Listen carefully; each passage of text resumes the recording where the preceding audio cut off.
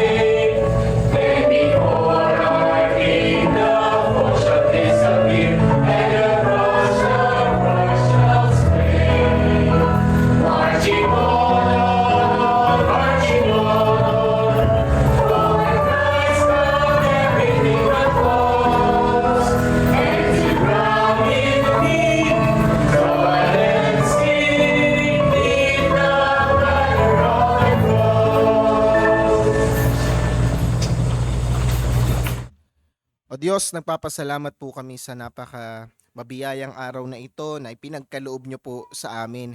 Nawa o Diyos sa katulad ng himno na aming kinanta ay magpatuloy kami sa araw na ito at aming ariin o Diyos na kawalan ng lahat ng bagay alang-alang kay Kristo. Nawa makita namin si Hesus Kristo sa araw na ito na pinakamatayog at pinaka-importante, pinakamamahaling kayamanan na maaari naming kamalin. Nawa o Diyos siya ang pinakamatamis na kapahingahan ng aming puso. Pinangako ninyo ang kapahingahan ng bawat kaluluwa namin kung kami makikipisan sa piling mo at sa piling ng aming mga kapwa mananampalataya sa araw na ito.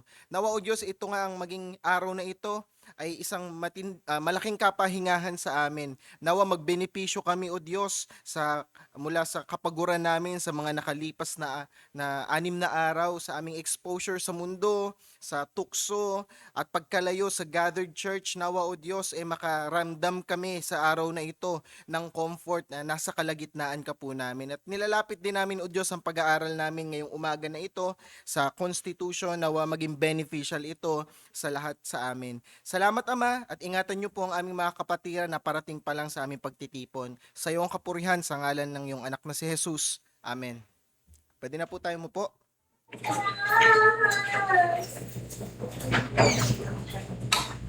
Kailangan mo ng mga Ngayong umaga po, magpapatuloy po tayo sa ating pag-aaral ng ating Church Constitution.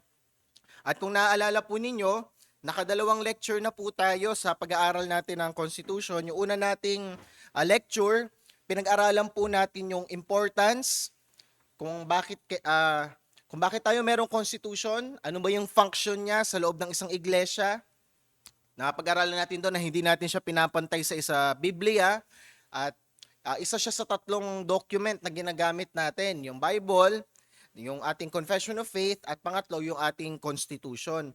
Tapos ng pangalawang lecture, pinag-aralan po natin yung ating mga pangalan ng church natin, kung bakit tayo nag-come up sa name na Perseverance Reformed Baptist Church, yung purpose ng church natin to glorify God, mutual edification and evangelism. Napag-aralan din natin doon yung ating Article of Faith or Articles of Faith, yung 1689 London Baptist Confession of Faith. At ngayon, sa third installation po ng pag-aaral natin ng Church Constitution or PRBC Church Constitution, yung ating ginagamit na ad interim na constitution dahil dinerive po natin ito mula sa amended constitution ng sended church natin na Muno Community Bible Church. So, sa third installation po, pag-aaralan natin itong article number 4, yung affiliation. At nagpapasalamat ulit tayo sa labors ng ating mga kapatiran na nag-produce sa atin ng printed copies ng ating constitution. Kung wala pa po tayong copy, pwede po tayong humingi doon sa multimedia sa likod. At pwede po ito, member man o nag-a-apply tayo o visitor, pwede po tayong humingi ng copy nito kay Brother Emil. So, ito po yung pag-aaralan natin ngayong umaga, Church Constitution Article 4, patungkol po sa affiliation.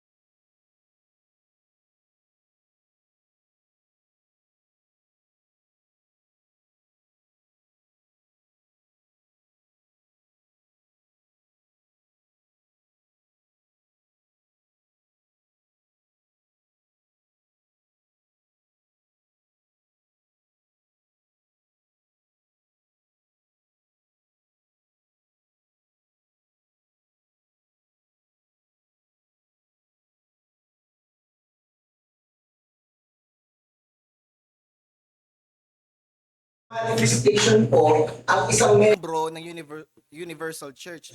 So, hindi ko kung member ka ng Universal Church, may manifestation po ito. Ito po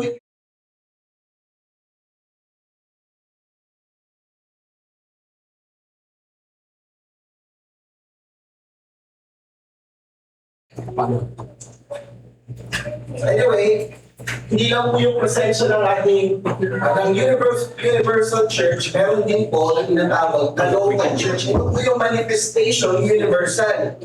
Again, to ating confession of faith, chapter 36, paragraph 1, kinonfirm na mayroong universal church. Pero, pagdating natin ng paragraph 5 ng chapter 26 ng London Baptist Confession of Faith, ito po yung sinabi, in the execution of His power, execution daw ng universal church, wherewith He is so entrusted, the Lord Jesus calls out of the world unto Himself, through the ministry of His word, by His Spirit, that those are given unto Him by His Father.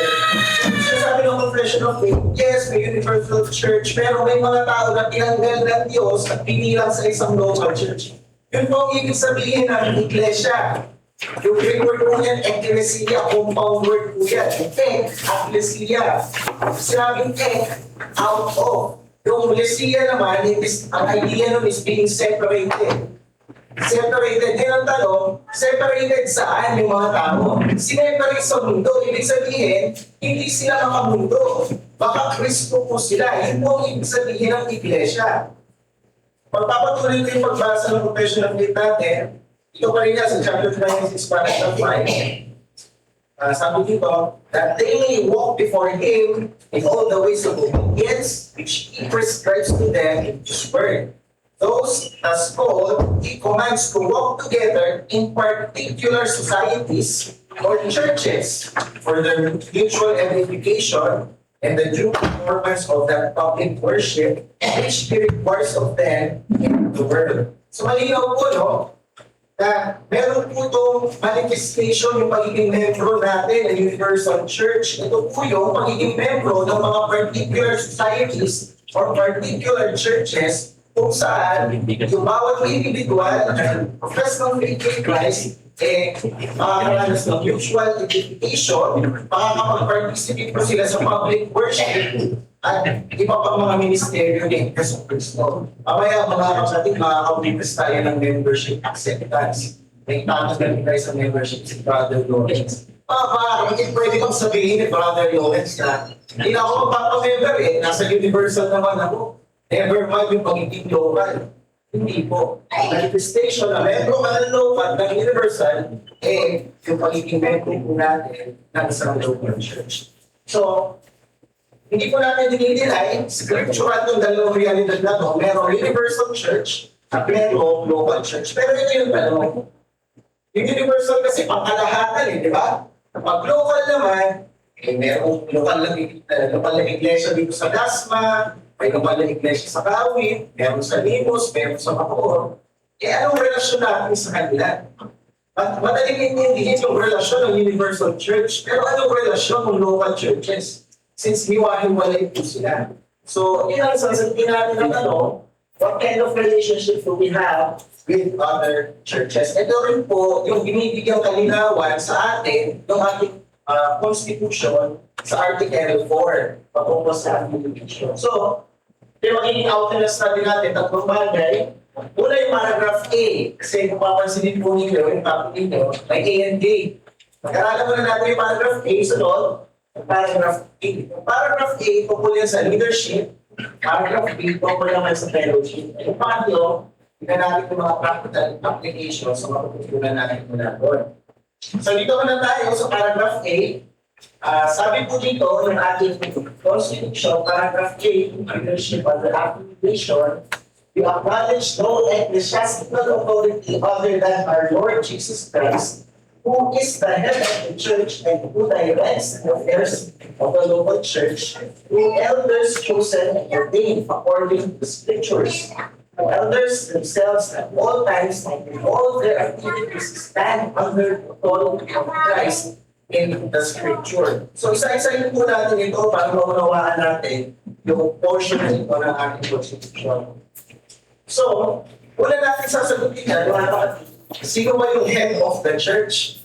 Who is the head of the church? Binigyan tayo ng sagot ng ating constitution. Sabi, yung head of the church, we acknowledge no ecclesiastical authority over than our Lord Jesus Christ, who is the head of the church and who directs the affairs of the local church. Plain and simple, mga kapatid, sinagot ng constitution. Sino daw ang head of the church? Sino ang head ng PRBC? Si Kristo po. Hindi po Pastor ninyo yung head ninyo. Hindi po kung sino man. Hindi po tayo. Hindi po to democracy na government of the people, by the people, for the people. Hindi po. Si Kristo po ang head ng iglesia. Kasi may mga ibang sangay po, may mga ibang grupo, ang head ng church nila, si Santo Papa. Siya yung head of the church. Pangumusong po ito kay Hesus Kristo. Siya po ang ulo ng iglesia. May iba naman, kagaya ng English church, kung sino yung nakalulog sa posisyon ng pagiging hari, siya yung head of the church. So, napag-aralan natin yan sa pag-aaral natin ng professions in faith. History ng ating profession of faith. Kung sino yung nakaupo, na monarch, sino yung hari, sino yung reyna, siya yung head of the church. Hindi rin po. At dahil lalo po, hindi tayo naniniwala na mayroong kalungkunan ng mga obispo, grupo, council of bishops, na sila yung head of the church. Hindi po. Meron lang iisang ulong iglesia, meron lang iisang nagahari sa iglesia, wala pong iba kundi si Yesu Cristo. Ano po sinabi ng Ephesians chapter 5, verse 23? Pwede kayo makibugat sa akin. Ephesians 5:23, ito po yung sinabi doon, yung Apostol Pablo, for the husband is the head of the wife. So yung husband daw, siya yung ulo, yung pangulo ng kanyang wife. Even as Christ is the head of the church. Straightforward. Even as Christ is the head of the church, his body and is himself is Savior. Mga kapatid, hindi ito isang headship na malayo. Hindi po ito na parang tayo, na mga mamamayan ng Pilipino, mas malayo tayo kay Marcos. Hindi natin nakikita si Marcos, nandun siya sa Malacanang. Hindi po ito malayong headship. Kinumpara yung headship sa headship ng husband and wife. Pagkasama sa bahay, dalawang yun, close yun. Yung headship ni Christ sa church, yes, nandun yung ating paggaling sa kanya, pero ito po isang intimate na relasyon, intimate na headship po ito. At plain and simple, straightforward, sinabi ng Ephesians 5:23 na ang ulo ng iglesia. Wala pong iba si Hesus Kristo. At ito din po yung binibiyang emphasis ng ating constitution. So yun yung una. Pangalawa nating tanong,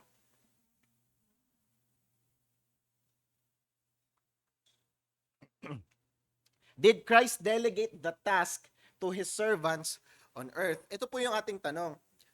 Si Jesus pala yung naghahari sa PRBC. Nasan si Jesus? Nasan si Jesus ngayon? Siya ba yung nagde-delegate kung sino yung role takers? Siya ba yung nag-a-assign kung anong petsa yung ating mga street preaching? Kailan tayo magkakaroon ng camp? Total, siya yung head of the church. Nasan siya? Wala po si Jesus dito sa lupa, nandun po siya sa langit. Nakalukluk po siya sa trono. Yes, totoo na sinasabi ng scripture na ang presensya ni Hesus Kristo ay nasa pagtitipon ng kanyang mga pinili. Nasa pagtitipon ng kanyang mga tao. Pero wala po dito yung kanyang bodily presence. Wala po rito, nakaupo po siya sa kanang trono ng Diyos.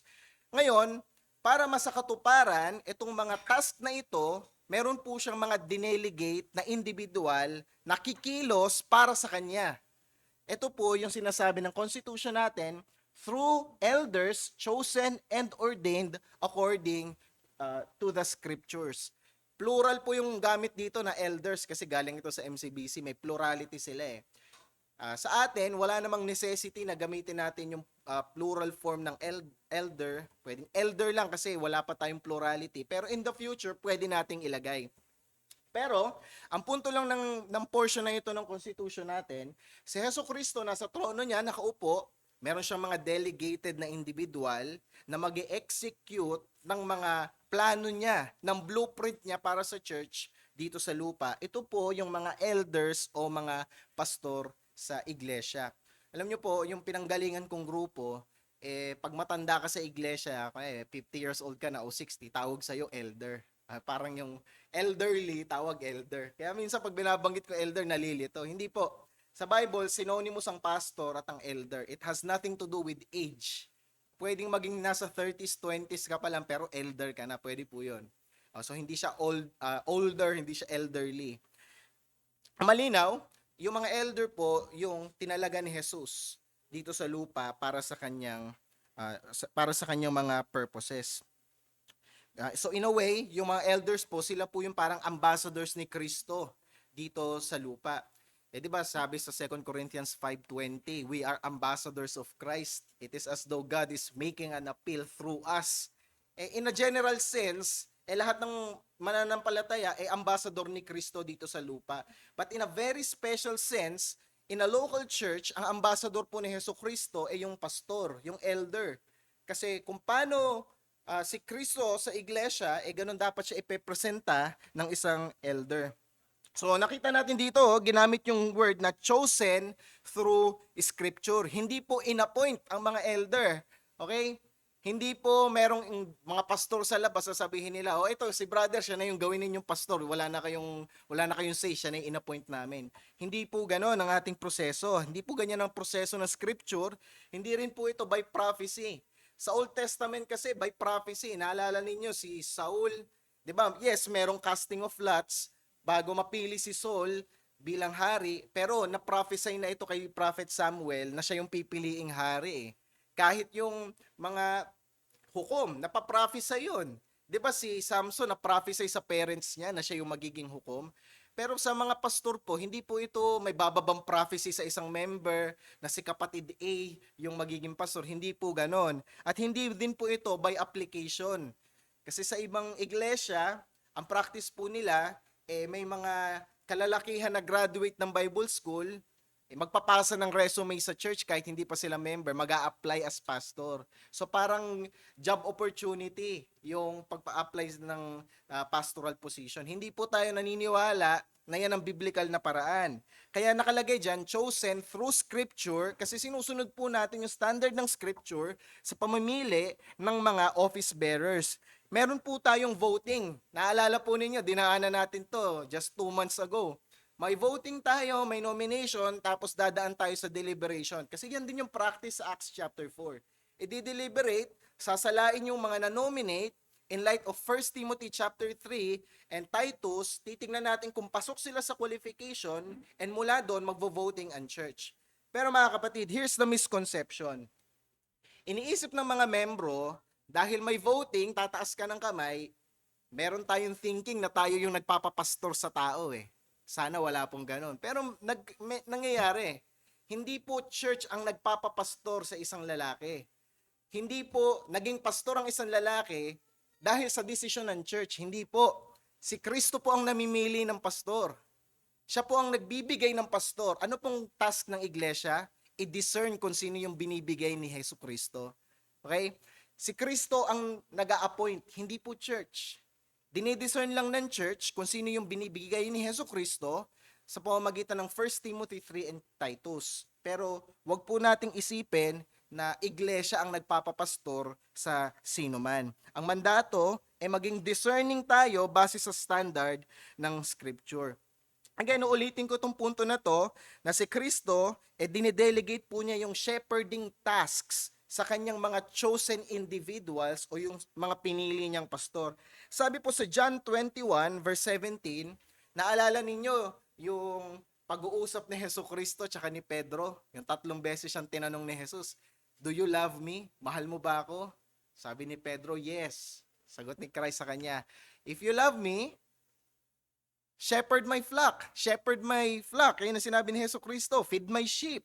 Sabi dito, John 21:17, ito yung pangatlong tanong na, He said to him, si Kristo, the third time, "Simon, son of John, do you love me?"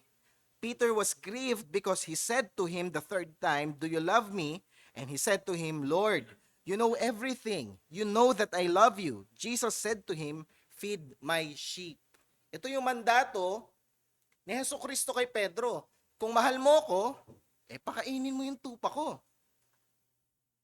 Ako dapat ang magpapakain yan eh. Parang ganun yung punto ni Hesus Kristo. Kaso kailangan niya nang bumalik sa kalangitan, sa trono ng kanyang ama. So, kailangan ng may magpapakain dito at ang inatasan niya na gumawa nun ay mga pastor. So, anong makikita natin na manifestation ng pagmamahal ng isang pastor sa iglesia? Sa pagpapakain po niya sa iglesia by feeding the sheep. Kaya pagdating natin sa 1 Peter chapter 5, take note mga kapatid, ang kausap ni Jesus si Pedro.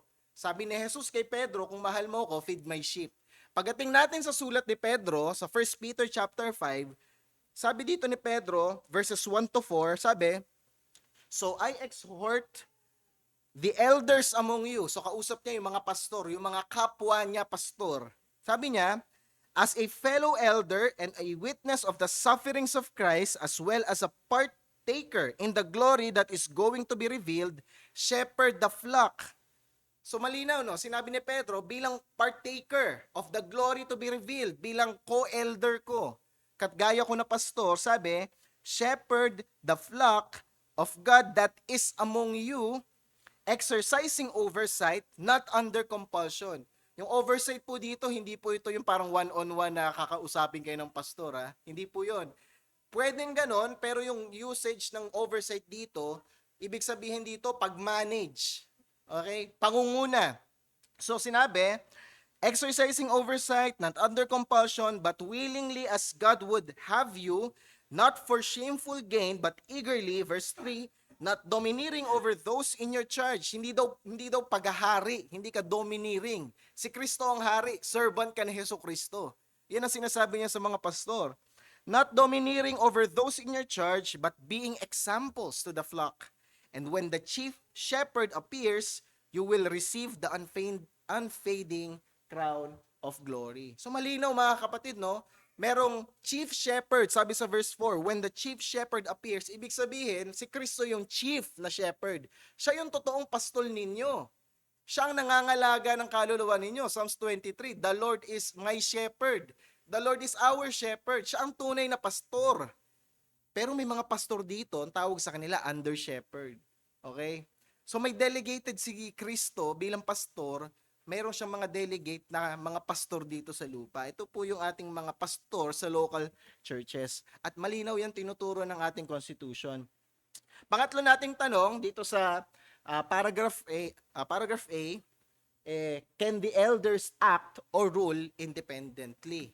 So ito yung tanong. Meron palang tinalaga si Hesus Kristo na mangunguna dito sa lupa pwede ba silang umakto sa sarili nila? Kikilo sila base sa kung anong trip nila? Pwede po ba yon? Sinagot din niya ng Constitution, sabi, the elders themselves at all times and in all their activities stand under the authority of Christ in the Scripture. So, at all times daw, in all their activities, sa lahat ng oras at sa lahat ng gagawin ng mga pastor, nakatayo daw sila sa ilalim ng otoridad nino, ng sarili nilang utak, ng sarili nilang trip, hindi po. Under the authority of Christ and Christ in the Scripture. Meron pong threat na may mga pastor na abusado. Nakakita na po ako ng mga, hindi ko napapangalanan, nakakita na ako ng mga iglesia na ganito, na nagmamando sa mga membro ng mga bagay na wala naman sa Scripture. Hindi po pwede yon. Lingkod po ang pastor, dapat sumusunod siya doon sa chief shepherd. Although, delegated po ang mga pastor by Christ, yung rule ng pastor nasa balikat pa rin ni Hesus Kristo at ng kanyang salita. Pansinin nyo, sa Hebrews 13 verse 17, sabi, Hebrews 13:17, sabi ng writer ng Hebrew, obey your elders and submit to them. Sundin daw yung mga pastor. So, paano yan? Pag sinabi ng pastor na talon, tatalon kayo. Pag may pinagawa siya na wala naman sa scripture, gagawin ninyo. Kasi sabi, obey. Obey and submit. Sabi, obey and submit to them, for they are keeping watch over your souls as though who will have to give an account. Let them do this with joy and not with groaning, for that would be of no advantage to you. So yes, merong charge sa atin na magpasakop kayo sa mga pastor ninyo. Pero anong sinabi? Kasi daw, they will give an account. Wow, magiging accountable pala sila sa word ni Christ. Ibig sabihin, everything na ipapagawa sa inyo ng pastor ninyo na wala naman sa scripture, mananagot sila kay Hesus Kristo. They will give an account. Siguro sa dulo ng buhay nila, hindi natin alam kung paano sila magbibigay ng account eh. Pagkaharap na nila ang Diyos in eternity, siguro may listahan ng Diyos ng mga actions nila kung saan sila naging responsable at kung saan sila lumabas dun sa instruction ni Hesus Kristo, and they will be charged based sa mga anomalies na ginawa nila. Maaaring ganun, di natin alam. But what's clear from the scripture ay they will give an account sa mga mistakes na ginawa po nila sa iglesia. Ginamit ko na tong illustration na ito nung nag-aaral tayo ng churchmanship. Gagamitin ko uli. Narinig ko to mula sa isang preacher, yung isang parang parable. Merong isang hari na mahal yung kanyang wife, yung kanyang reyna, binibihisan niya ng maganda yung kanyang reyna, ginagawa niya lahat ng way para respetuhin yung reyna ng kingdom, at minsan sa isang linggo ay pinaparada niya yung reyna niya doon sa buong kaharian para makita ng mga tao. At nakikita nila yung reyna na maayos ang damit, modest, at nirerespeto siya ng taong bayan. Pero one day, kailangang umalis nung hari. Kailangan niyang pumunta sa isang business trip. At meron siyang itinalaga na mag-aalaga doon sa reyna niya. Meron siyang kinuhang kanang kamay. Sinabi niya doon sa kanang kamay niya, mawawala ako ng 1 buwan. Pero huwag kang mag-alala. Para maalagaan mo yung reyna ko, meron akong iniwan sa'yo na aklat. Nakalagay dyan kung paano mo siya aalagaan. Sundin mo lang ito at wala tayong magiging problema. After 1 month, babalik ako. So umalis na yung hari. So yung kanang kamay na yung nag-alaga dong sa reyna. Kaso ang naging problema, hindi sinunod nung kanang kamay yung nakasulat sa libro. Ang ginawa niya, napansin niya, boring yung damit ng reyna Gawa natin medyo maiksing short, maiksing palda, tapos pakita siya ng balat para medyo attractive, makita yung shape ng katawan niya. Tapos yung buhok niya, gawin natin medyo seductive yung itsura para maging appealing siya sa mga tao pag pinarada ko. Tapos nilagyan niya ng sangkatutak na makeup. At nung nakita ng mga tao, hindi na nila nirespeto yung reyna. Nagandahan sila, nabastos. Sa tingin po ba ninyo, pagbalik ng hari, mula doon sa kanyang paglalakbay, anong gagawin niya doon sa kanang kamay? Wawasakin niya. Papatayin niya yun. Ginawa ng hari lahat ng paraan para respetuhin yung kanyang reyna. Iniwanan niya pa yung kanang kamay ng mga instruction kung paano sundin, kung paano i-keep yung modesty, yung dignity ng kanyang reyna, pero hindi sinunod ng kanang kamay. At ang ibig sabihin lang ng parable na yan, mga kapatid, ganyan din si Hesus Kristo. Ang iniwan niyang kanang kamay dito sa lupa ay yung mga pastor. At meron siyang iniwang aklat kung paano dapat patakbuhin ang iglesia. Let me use the word patakbuhin. So, meron siyang iniwan, yung scripture. At kung lalabas sa scripture ang mga pastor, they will give an account sa bawat actions na mali na gagawin nila pagbalik ni Hesus Kristo. So, the answer sa question na can the elders or can the pastors act or rule independently, the answer is a resounding no. Hindi po.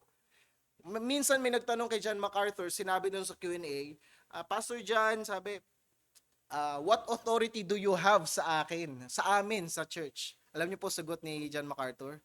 Absolutely nothing. Wala akong authority sa inyo. Si Kristo ang may authority sa inyo. Sumusunod ako sa sinabi ni Hesus Kristo. Pero ako para manduhan ko kayo, hindi. Si Kristo ang may authority sa inyo. Ine-execute lang namin yung authority ni Christ. Yan po ang role ng mga pastor. So they cannot act independently. So, punta na tayo sa paragraph B. Yun po yung leadership na tinuturo ng ating affiliation. Punta na tayo dito sa paragraph B, fellowship. Sabi ng ating constitution, the church may and should cooperate and communicate with one another. Pause muna tayo saglit, mga kapatid. Galing po kasi ito sa MCBC, right? May and should. Maaari at dapat. Ano po ba doon? Maaari o dapat? Kasi contradict po yan We cannot keep the cake and eat it too Hindi pwede natin itago yung cake at kainin din natin Hindi pwedeng may and should. Mamili lang tayo, may or should. So, I think mas faithful dito yung should kaysa may. Kasi nadi-defeat yung context ng buong paragraph kung may word na may dyan. So I think dapat natin tanggalin yung word na may. So patuloy tayo. The church should cooperate and communicate with other like-minded churches in matters of mutual interest and concern. We may seek the assistance and counsel of other churches in matters of special concern to us, but the decision of no other church or group of churches shall at any time be acknowledged as binding on this church. Ang isa-isahin po natin yan. Una natin tignan dyan, yung duty ng ating iglesia sa fellowship. Pangalawa, tignan natin yung privilege. Pero tignan muna natin tong duty. Sabi ng ating confession of faith, ng ating constitution rather, should. Tayo daw, we should cooperate and communicate with other like-minded churches in matters of mutual interest and concern. So dapat daw tayo makipag-communicate sa mga iglesia na like-minded po. Ibig sabihin, hindi lahat. Like-minded churches para daw sa ating mga mutual or common interest and concern. Mga kapatid, kahit confession of faith po natin, ito ang tinuturo. Basahin ko sa inyo, 1689 LBCF, chapter 26, verse 4, chapter 26, paragraph 14. Sabi, as each church and all the members of it are bound to pray continually for the good and prosperity of all churches of Christ. So sinasabi, dapat daw tayong manalangin para sa lahat ng iglesia in all places and upon all occasions to further everyone with the bounds of their places and callings in the exercise of their gifts and graces, so the churches, when planted by the providence of God, so as they may enjoy opportunity and advantage for it, ought to hold communion among themselves for their peace, increase of love, and mutual edification. So meron pong provision yung ating confession of faith na dapat tayong makipag-ugnayan. Dapat po tayo makipamayan sa mga iglesia na like-minded po sa atin. Specifically, mga iglesia na nag-hold sa same confession po natin. So, hindi lang po sa pananalangin Marami pong paraan para makipag-cooperate, marami pong paraan para makipag-communicate po tayo sa kanila. Hindi lang sa prayer Naalala nyo, pag prayer meeting, di ba may first part tayo? Hinihingi natin yung prayer letters ng ibang mga churches, inaalam natin yung mga news tungkol sa kanila, mga upcoming events nila, kung meron silang tatanggaping members, kung may pinagdadaanan silang problema, merong mga may sakit sa kanila. Di ba dinadala natin dito sa iglesia at pinapanalangin natin? Kasi ayaw natin maging self-centered. Ayaw natin na sarili lang natin pinapanalangin natin. Pinapanalangin natin kahit mga iglesia dun sa Davao, iglesia sa Visayas, iglesia sa Mindanao, iglesia sa North. Lahat po yan pinapanalangin natin. Pero hindi lang po sa prayer natin mapapakita yung pagkikipag-coordinate natin sa kanila. Kahit po through benevolence. Kung meron po tayong iglesia na kapatiran na naghihikahos, nangangailangan ng tulong, pwede po tayo mag-abot ng tulong. Pakikipag-cooperate po ito sa kanila. Meron silang membro na dumadaan sa matinding gamutan, kailangan po ng tulong, pwede po tayo mag-abot ng tulong. So benevolence po, isa po yan sa way na mapakita natin yung cooperation natin. Ano pa mga kapatid? Pulpit supply. Kagaya po sa katapusan ng Mayo. Ay, ako po, tsaka si Brother Jake, pupunta po kami ng Tagum, si Brother Jake ata sa Iligan. Magtuturo rin kami doon sa isang iglesia, magkahiwalay kami. Ibang churches kami magtuturo. So napapakita natin yung cooperation natin sa pulpit supply. Ganon din sa September, kami uli ni Brother Jake. Ako sa first week, magtuturo ako dun sa Lumban, dun sa iglesia nila Pastor Fidel, yung yumaong pastor. At si Brother Jake naman, third week, maghapon din siya na magtuturo dun. At paminsan-minsan nai-invite tayo sa ibang iglesia kagaya ng MCBC. So, natutulungan natin itong mga iglesia na ito through pulpit supply as well. Hindi lang yun. May mga activities sila. May mga conferences, family camp, singles camp. Di ba nagpa-participate tayo? Nung nakaraang buwan lang, dumalo tayo ng family camp. Marami-rami tayo. Napakita natin yung support natin sa mga kapatiran natin sa iglesia. At napakagandang oportunidad yon na maka-fellowship rin sila. So, ito po yung mga manifestation ng ating pagtulong sa kanila. At maging may mga study rin sila, may mga Bible school sila, nagsusupport tayo, kagaya ng RBIPT. So maraming ways mga kapatid na makipag-cooperate tayo sa ating mga like-minded churches. Ang iwasan lang po natin yung magiging isolationist po tayo. Complex po yan ng mga kultong iglesia. Hindi sila nakikisalamuha sa ibang church. Kasi marami silang tinatago. Wala po tayong tinatago, kaya hindi tayo takot na makipag-isa sa ating mga kapatiran na iglesia. Hindi lang po yon, hindi lang yung ating duty to cooperate, meron din pong privilege ito. Meron pong blessing yung pagkiki-affiliate sa ibang mga iglesia. Sabi ng ating constitution, we may seek the assistance and counsel of other churches in matters of special concerns to us. So pwede daw natin silang lapitan pag kailangan natin ng counsel, pag kailangan natin ng direction. Lalong-lalo tayo sa PRBC, bagong iglesia tayo. Hindi natin figured out lahat ng bagay. May mga bagay na hindi natin alam ang gagawin. So pwede tayong humingi ng payo mula sa mga mas matured, mas advanced in years na mga iglesia pagdating sa mga matters na ito. But the decision of no other church or group of churches shall at any time be acknowledged as binding on this church. Ibig sabihin niya mga kapatid, hindi porke halimbawa magtatanong tayo ng bagay sa CRBC, sa Cubao, magtatanong tayo ng isang matter na hindi natin alam ang gagawin, may payo yung Cubao, pagbalik natin dito sa church, ito kailangan natin gawin kasi sinabi ng Cubao. Hindi po. Tayo ang magdidesisyon bilang iglesia. Wala pong isang iglesia na magdidesisyon para sa atin. Kahit grupo pa ng iglesia, kahit 10 iglesia pa na nagsama-sama at kinukulit tayong magdesisyon sa isang bagay, mga kapatid, tayo pa rin. Pinag-aralan na natin yung autonomy of the church. So tayo pa rin bilang iglesia ang magdedesisyon ng mga sarili nating matters. Pero huwag tayong tumingin doon sa negative side. Tumingin tayo dito sa positive side. Napakalaking blessing po nito mga kapatid. Ang laking blessing nito. Kasi po, sinabi ng Proverbs 11:14, there is safety in a multitude of counsel.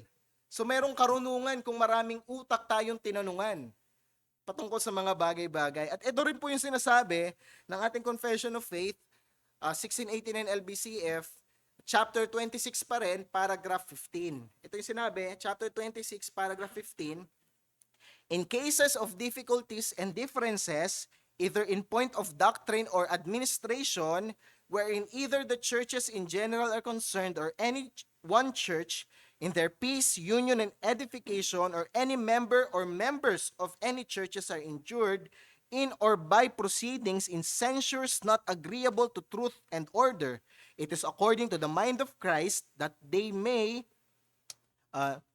that many churches holding communion together do by their messengers meet to consider and give their advice in or about that matter in indifference to be reported to all churches concerned. Sinasabi po ng Confession of Faith, halimbawa, nagkaroon ng problema ang isang local church sa administration o kaya point of doctrine.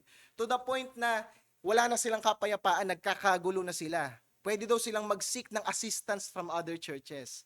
Confession of Faith po natin nung nagsasabi nito. Pwede tayong lumapit sa ibang churches. Halimbawa lang, God forbid, wag nawang loobin ng Diyos na umabot tayo sa punto na ito, na magkakagulo tayo at wala ng kapayapaan. Pero, ang sinasabi rito, kung mangyari yon, pwede daw tayong humingi ng assistance from our like-minded church or churches para bigyan tayo ng advice.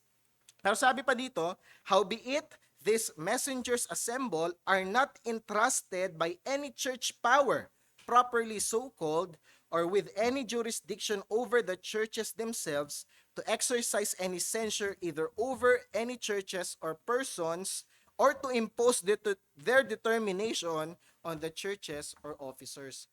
Sinasabi po rito na yes, pwede tayong humingi ng payo, pwede tayong magpa-assist, pero ultimately, iglesia pa rin po natin, local church pa rin natin, ang magde-decide ng mga matter within the confines of our local church. At mga kapatid, alam ko po na pamilyar po tayo rito. Naranasan po natin ang pagpapala na ito na meron tayong iglesia na kapatid na iglesia sa labas na nag-assist sa atin noong mga panahong nangangailangan tayo ng tulong. Kaya hindi po mahirap sana sa atin na unawain itong portion na ito. Kasi ito po yung naranasan nating pagpapala. This is a privilege. Isipin na lang po natin kung sa punto ng anarkiya at kaguluhan, wala pong tutulong sa atin. Ano pong nangyayari? Labo-labo, gulo-gulo. Pero kung meron pong mga utak, may mga matured na advanced in spirituality na iglesia na mag-a-assist sa atin sa ilang mga bagay-bagay, mas malaking pagpapala po. Mas guided po ang ating conscience and understanding. So nawa makita natin ito na privilege po nito ng ating iglesia. So yun lamang, nawa naging malinaw sa atin yung paragraph A and paragraph B. Dako tayo sa practical applications. Meron lang 3 practical applications natin dito sa Article 4. Una, submission. Submission, let us submit ourselves to Christ as He appointed leadership in His church. Mga kapatid, ang loyalty po ninyo dapat na kay Hesus Kristo. Wala po dapat ang loyalty ninyo sa kanino man. Wala sa pastor, wala sa deacon, wala sa mga kapatiran. Wala po doon. Ang loyalty ninyo na kay Hesus Kristo. Kung ang lokal na iglesia ay lalabag na kay Kristo, never mind, maging tapat kayo kay Hesus Kristo. Yun po ang submission ninyo. Pero, meron pong tinalagang leadership si Hesus Kristo dito sa lupa. Nawa magpasakop rin po tayo dito, kagaya ng sinabi sa Hebrews 13 verse 17, binasa natin kanina. So yun yung una, submission. Pangalawa, cooperation. Let us thank God from the immense grace of having like-minded churches who are ready to come alongside us. So magpasalamat po tayo dito sa biyaya na ito ni Hesus Kristo sa atin. At kung dumating ang punto na may mga iglesia naman na magpapatulong rin sa atin, bukas palad po nating iabot yung ating tulong sa kanila. And pangatlo, participation. Let us also give ourselves to our local church and to like-minded churches through praying for them and in other practical ways. Kagaya po nung nabanggit ko kanina, na-receive natin yung pagpapala ng tulong ng like-minded churches, nawa iabot din natin yung pagpapala na yon sa ibang iglesia. Hindi lang sa panalangin, kundi sa ibang mga practical na bagay din, pwede po natin itong gawin.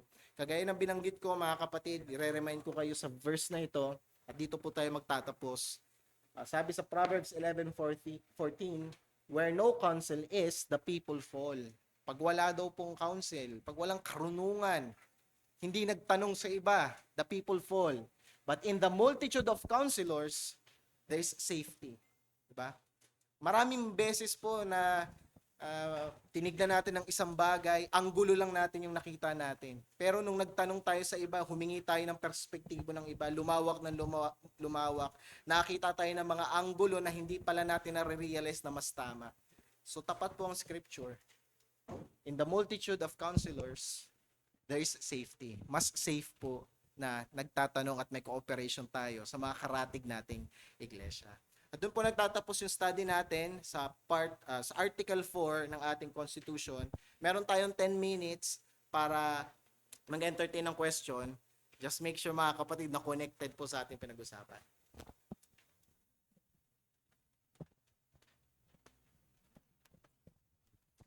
Father Jeremiah.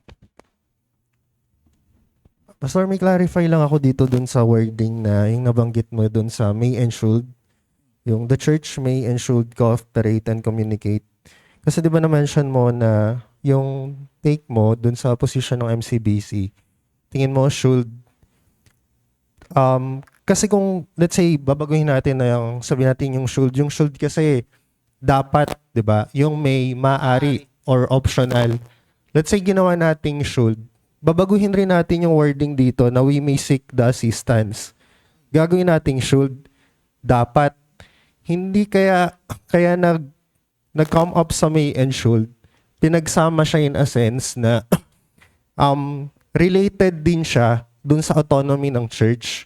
Kasi napapangalagaan niya na yung may, kumbaga yung may, kasi ano yan maaari, so there's freedom. May autonomy at the same time, yung should, it keeps the responsibility ng church. So in a sense, pag pinagsama siya, ay nasa prudence ng church, maaari, and at the same time, nararapat. Kaya nagko-correspond o related din siya dun sa autonomy of the church and dun sa London Baptist Confession of Faith natin. Kasi kung magiging should, pag naging one-sided, parang nakikita ko na, kunwari, yung may, naging optional lang natin, may danger siya kasi nawawala yung responsibility natin eh. Kapag naman naging should, kumbaga, lahat ng concerns dapat involve yung other church. Yun lang naman yung take ko kung ayun lang. Thank you, Brother Jeremiah. I think na-enforce yung constitution natin nung sinabi dito sa may confession of faith. Kaya nga, hindi sila isolated eh. Ginagamit natin parehas. Sa tingin ko, na-enforce itong point dito sa paragraph B kung titignan natin siya in light of 1689 LBCF, chapter 26, paragraph 15. Kasi di ba meron ditong clause na sinabi, in matters of special concern. So, hindi lahat ng concern itatanong natin. Kasi ayun nga yung practice natin ng autonomy. Kung lahat na lang itatanong natin sa ibang iglesia, eh hindi rin tayo lalago. Tama? Hindi rin tayo lalago. Lahat na lang ng bagay, tinanong natin sa iba eh. May mga concern din yung iglesia na yun. Kulit din tayo ng kulit sa kanila. Diba? So, pwede naman na, sa tingin ko yung word na may and should, pwede natin siyang i-condense sa iisang word. I think mas proper yung word na can. The church can. So, pwede ring hindi. Pero kasi yung may and should, kung pagsasamahin natin sa isang sentence, ambiguous kasi siya, misleading eh. So, contradiction kasi yung dalawa, tapos nasa isang sentence lang sila. So, merong confusion dun sa dalawa. I think kung papalitan natin yung word na the church can cooperate, sa tingin ko ma-accommodate yung may and should.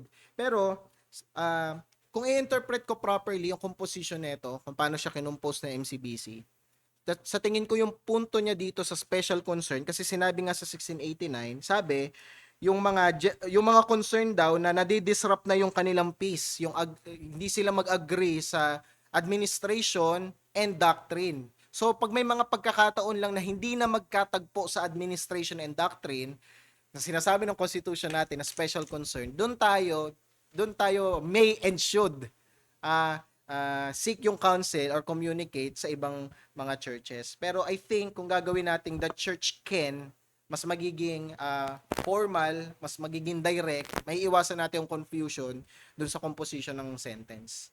Pero thank you dun bro sa clarification. Brother Dennis. Ay!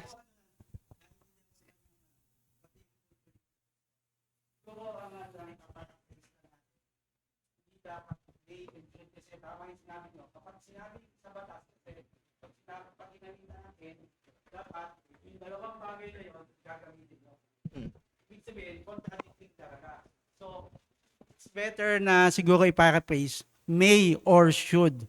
Kasi ganun ang pwede sa Constitution. Pero kasi pag sinabi mo may and should, hindi at ano yun, opposite yun. Talagang tama yung sinabi mo, Pastor. Siguro, nakakita ko din yung light kung bakit nila inaccept o in-adopt yung may and should. Kaya lang siguro pwedeng typographical error lang yon. So, it's better siguro kung na gamitin natin yung may or should. Thank you, Brother Dennis. Pero, nandun pa rin yung problem pag sinabi nating may and should eh. Nandun pa rin yung dalawang contradicting eh. Ay, may or should eh. Pero ito naman, mga kapatid, hindi naman po Holy Spirit yung nagsulat ng Constitution natin, so pwede nating i-amend. So kung may way para mas maging malinaw siya. Brother Armel. To add lang, Pastor, since usapang may or should. So, I think first we should clarify ano yung ibig sabihin ng should, kasi technically it could also mean recommendation, suggestion, or advice.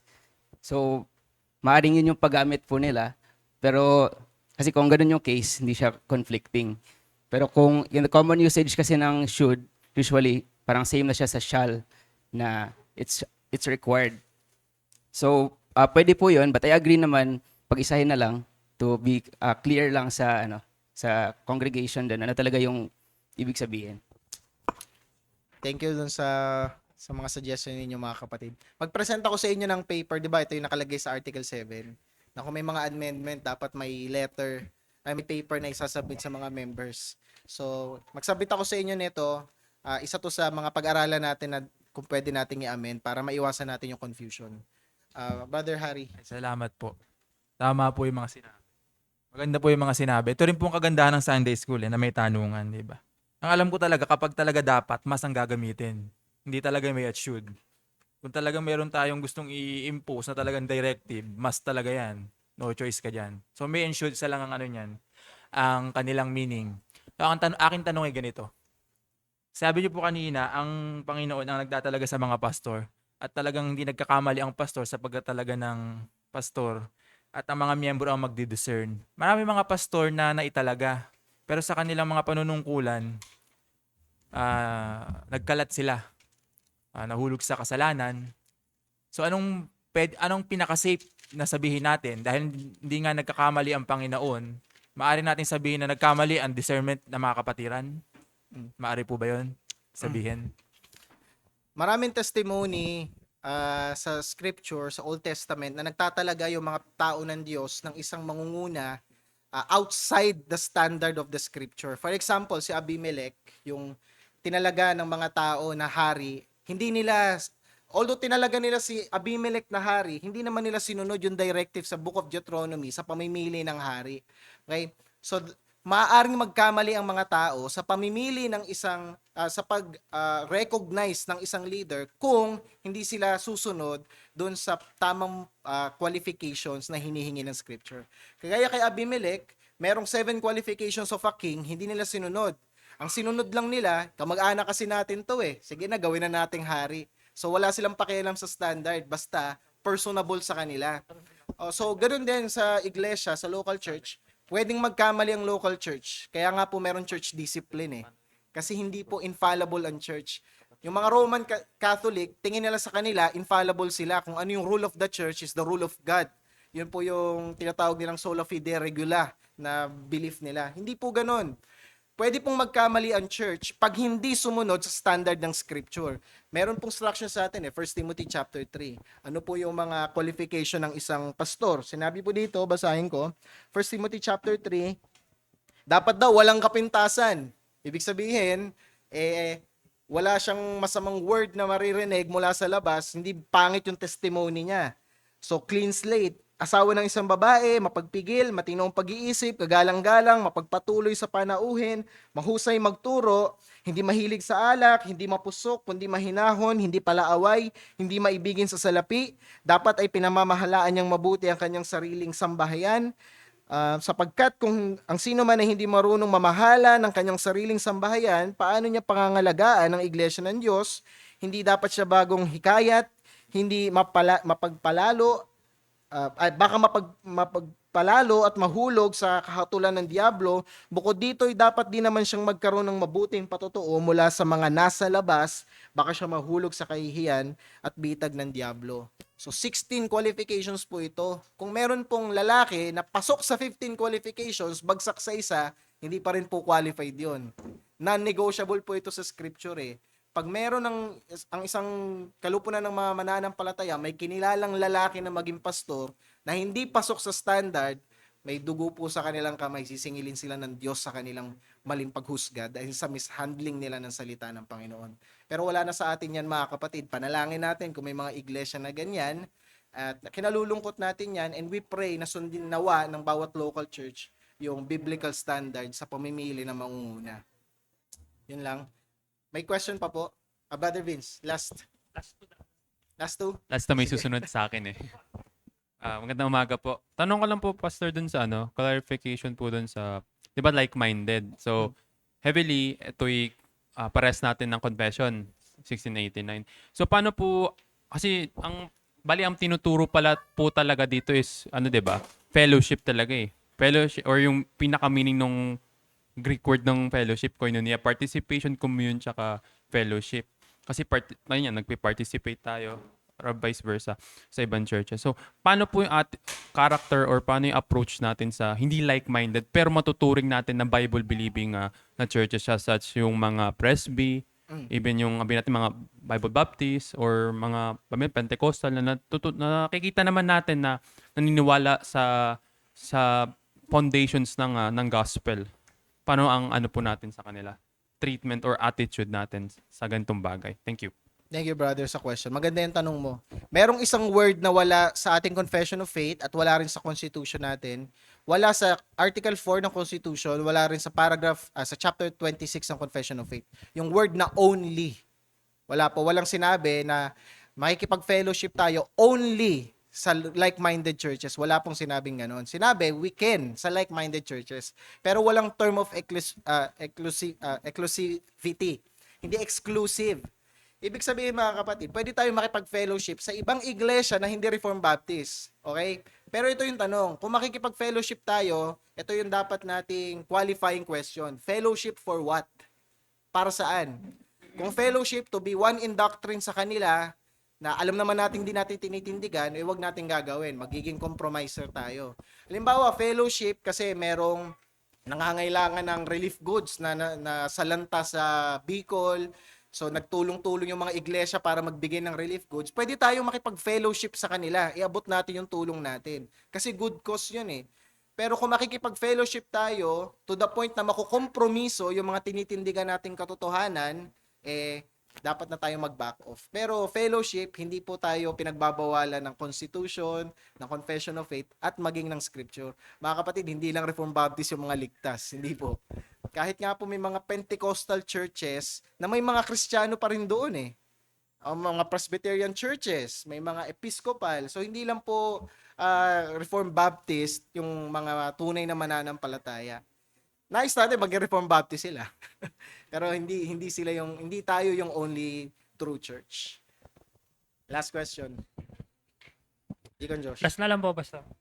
Alam ko na nasagot na to kanina, pero gusto ko lang pong bigyan ng emphasis. Ano pong masasabi nyo sa kasi may mga kaisipan po na sinasabi na kahit pa clear na related po to doon sa kanina about sa elder, na clear na may ginagawang mali yung pastor, sasabihin ng mga members na hayaan na natin, mananagot naman siya sa Diyos. So sadly nangyayari po kasi talaga to na pinapabayaan na lang at nagkukosto ng abuse ng authority ng isang pastor, na dahil dun sa mindset na gano'n na sasabihin, hayaan na natin siya, mananagot naman siya sa Diyos So,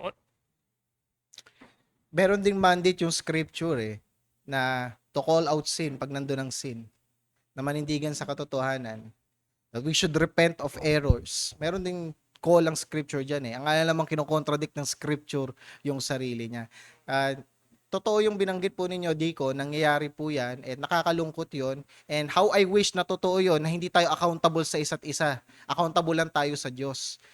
Tuwing nagkakasala po tayo, hindi po bababa ang Diyos dito sa kanyang kamay at paa para mag-render ng hustisya. Meron po siyang binigay dito sa mundo na ito, lalong-lalo sa iglesia, na function para panagutin pag mayroong may kasalanan. Yun po yung church discipline na ine-exercise ng isang church. At dapat ang church maging faithful doon. And unfortunately, sadly, may mga iglesia na may mishandle itong mga ganitong bagay. Kasi po, ang forgiveness of sin, kailangan po merong confession and conviction Hindi po yan pwedeng sweep under the rug. Kalimutan na lang natin, Diyos na bahala sa Kanya. Kasi hindi po yun nangyari kay Hesus Kristo. Yung ganyan pong klase ng kaisipan, inconsistent sa gospel po yan. Kasi ang Diyos po, hindi po tinago na lang sa winalis yung kalat natin sa ilalim ng sopa para walang makakita. Sinalo ni Jesus yung hatol po natin. Meron pa ring nanagot. At kung ganyan po yung mentality natin, pag may nagkakasala, hayaan na natin yan. Diyos na bahala sa Kanya. Inconsistent po sa understanding ng gospel yung ganyang klase ng attitude. And sasabihin ko rin na I think hindi natin nauunawaan ang gospel. May possibility na hindi natin nauunawaan ang gospel kung ganyan ang attitude natin sa sin. Ayun po, Deacon.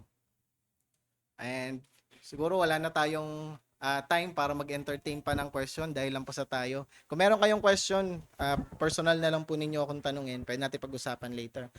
Let's pray.